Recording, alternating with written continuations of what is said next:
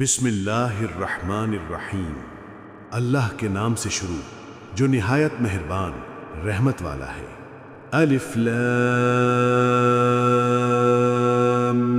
میم، ذالک الکتاب لا ریب فیہ ھدی للمتقین۔ وہ بلند مرتبہ کتاب قرآن، کوئی شک کی جگہ نہیں اس میں، ہدایت ہے ڈر والوں کو۔ حروف مقطعات کا علم اللہ تعالیٰ کے علاوہ کسی اور کو حاصل ہے یا نہیں؟ یہاں یہ بات یاد رہے کہ اللہ تعالیٰ نے اپنے حبیب صلی اللہ علیہ وآلہ وسلم کو حروف مقطعات کا علم عطا فرمایا ہے، جیسا کہ اعلیٰ حضرت امام احمد رضا خان رحمۃ اللہ تعالیٰ علیہ فرماتے ہیں۔ قاضی بیضاوی رحمۃ اللہ تعالیٰ علیہ انوار التنزیل میں صورتوں کے ابتدائیہ یعنی حروف مقطعات کے بارے میں فرماتے ہیں،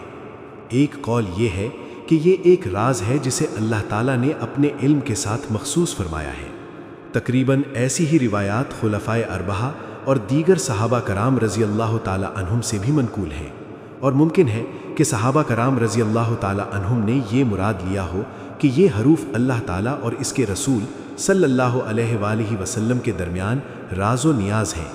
اور یہ ایسے اسرار و رموز ہیں جنہیں دوسرے کو سمجھانا مقصود نہیں۔ اگر یہ راز حضور اقدس صلی اللہ علیہ وآلہ وسلم کو معلوم نہ ہو تو پھر غیر مفید کلام سے خطاب کرنا لازم آئے گا، اور یہ بعید ہے۔ امام خفاجی رحمۃ اللہ تعالیٰ علیہ فرماتے ہیں کہ انوار التنزیل کے بعض نسخوں میں استاثارہ بعلمہ ہے، اور استاثارہ کی ضمیر حضور اقدس صلی اللہ علیہ وآلہ وسلم کے لیے ہے اور با مقصور پر داخل ہے، یعنی اللہ تعالیٰ نے حضور اقدس صلی اللہ علیہ وآلہ وسلم کو اپنے علم سے خاص کر کے معزز اور مکرم فرمایا،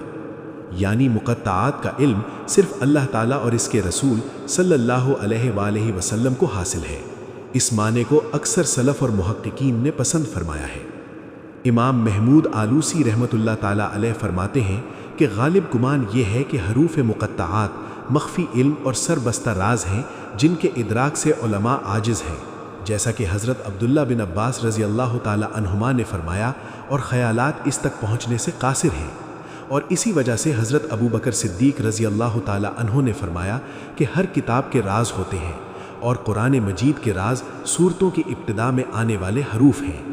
اور امام شعبی رحمۃ اللہ تعالیٰ علیہ فرماتے ہیں کہ یہ حروف اللہ تعالیٰ کے اسرار ہیں، تو ان کا کھوج نہ لگاؤ، کیونکہ رسول کریم صلی اللہ علیہ وآلہ وسلم کے بعد ان کی معرفت آپ صلی اللہ علیہ وآلہ وسلم کے علوم کے وارث اولیاء کلام کو ہے۔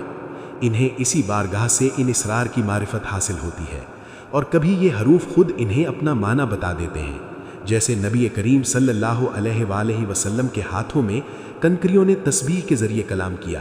اور گوہ اور ہرن حضور اقدس صلی اللہ علیہ وآلہ وسلم سے ہم کلام ہوئے، جیسا کہ ہمارے آباء و اجداد یعنی اہل بیت رضی اللہ تعالیٰ عنہم سے یہ بات صحت سے ثابت ہے۔ بلکہ جب کوئی بندہ قرب نوافل کے درخت کا پھل چنتا ہے تو وہ ان حروف کو اور اس کے علاوہ کے علم کو اللہ تعالیٰ کے علم کے ذریعے جان لیتا ہے۔ اور جہاں تک اس بات کا تعلق ہے کہ بعض علماء نے یہ کہا ہے کہ اگر ان کا کوئی مفہوم نہ ہو تو ان کے ساتھ خطاب محمل خطاب کی طرح ہوگا، یہ بات ہی محمل ہے اگرچہ اسے کہنے والا کوئی بھی ہو، کیونکہ اگر تمام لوگوں کو سمجھانا مقصود ہو تو یہ ہم تسلیم نہیں کرتے، اور اگر صرف ان حروف کے مخاطب کو سمجھانا مقصود ہو اور وہ یہاں رسول کریم صلی اللہ علیہ وآلہ وسلم ہیں تو اس میں کوئی مومن شک نہیں کرتا کہ سرکار دو عالم صلی اللہ علیہ وآلہ وسلم ان کا معنی جانتے ہیں، اور اگر اس سے بعض لوگوں کو سمجھانا مقصود ہو تو ارباب ذوق کو ان کی معرفت حاصل ہے، اور وہ الحمدللہ امت محمدیہ میں کثیر ہیں،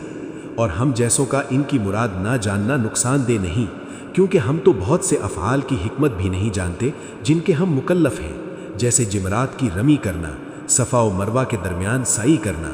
رمل اور استوا، اور ان جیسے احکام میں اطاعت کرنا سر تسلیم خم کرنے کی انتہا پر دلالت کرتا ہے۔ لا ریب، کوئی شک نہیں۔ آیت کے اس حصے میں قرآن مجید کا ایک وصف بیان کیا گیا کہ یہ کتاب ایسی بلند شان اور عظمت و شرف والی کتاب ہے جس میں کسی طرح کے شک و شبہ کی کوئی گنجائش نہیں،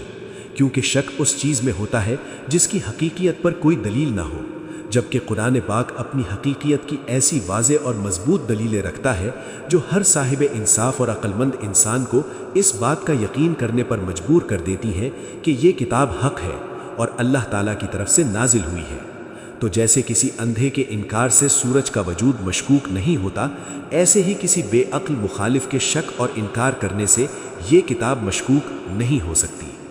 ہدی للمتقین، ڈر والوں کے لیے ہدایت ہے۔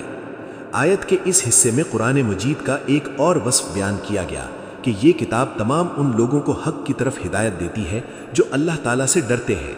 اور جو لوگ نہیں ڈرتے انہیں قرآن پاک سے ہدایت حاصل نہیں ہوتی۔ یاد رہے کہ قرآن پاک کی ہدایت اور رہنمائی اگرچہ مومن اور کافر ہر شخص کے لیے عام ہے، جیسا کہ سورہ بقرہ کی آیت نمبر 185 میں اللہ تعالیٰ نے ارشاد فرمایا، ہدی للناس، یعنی قرآن مجید تمام لوگوں کے لیے ہدایت ہے، لیکن چونکہ قرآن مجید سے حقیقی نفع صرف متقی لوگ حاصل کرتے ہیں، اس لیے یہاں ہدی للمتقین یعنی متقین کے لیے ہدایت فرمایا۔ تقوی کا معنی کیا ہے؟ تقوی کا معنی یہ ہے کہ نفس کو خوف کی چیز سے بچانا، اور شریعت کی اصطلاح میں تقوی کا معنی یہ ہے کہ نفس کو ہر اس کام سے بچانا جسے کرنے یا نہ کرنے سے کوئی شخص عذاب کا مستحق ہو، جیسے کفر و شرک، کبیرہ گناہوں سے بچنا، بے حیائی کے کاموں سے اپنے آپ کو بچانا، حرام چیزوں کو چھوڑ دینا اور فرائض کو ادا کرنا وغیرہ۔ اور بزرگان دین نے یوں بھی فرمایا ہے کہ تقوی یہ ہے کہ تیرا خدا تجھے وہاں نہ پائے جہاں اس نے منع فرمایا ہے۔ تقوی کے فضائل، قرآن مجید اور احادیث میں تقوی حاصل کرنے اور متقی بننے کی ترغیب اور فضائل بے شمار بیان کیے گئے ہیں۔ چنانچہ اللہ تعالیٰ ارشاد فرماتا ہے، اے ایمان والو، اللہ سے ڈرو جیسا اس سے ڈرنے کا حق ہے، اور ضرور تمہیں موت صرف اسلام کی حالت میں آئے۔ اور ارشاد فرمایا، اے ایمان والو، اللہ سے ڈرو اور سیدھی بات کہا کرو، اللہ تمہارے اعمال تمہارے لیے سنوار دے گا اور تمہارے گناہ بخش دے گا، اور جو اللہ اور اس کے رسول کی فرما برداری کرے اس نے بڑی کامیابی پائی۔ حضرت عطیہ سعدی رضی اللہ تعالی عنہ سے روایت ہے، رسول کریم صلی اللہ علیہ وآلہ وسلم نے ارشاد فرمایا، کوئی بندہ اس وقت تک متقین میں شمار نہیں ہوگا جب تک کہ وہ نقصان نہ دینے والی چیز کو کسی دوسری نقصان والی چیز کے ڈر سے نہ چھوڑ دے، یعنی کسی جائز چیز کے ارتکاب سے ممنوع چیز تک نہ پہنچ جائے۔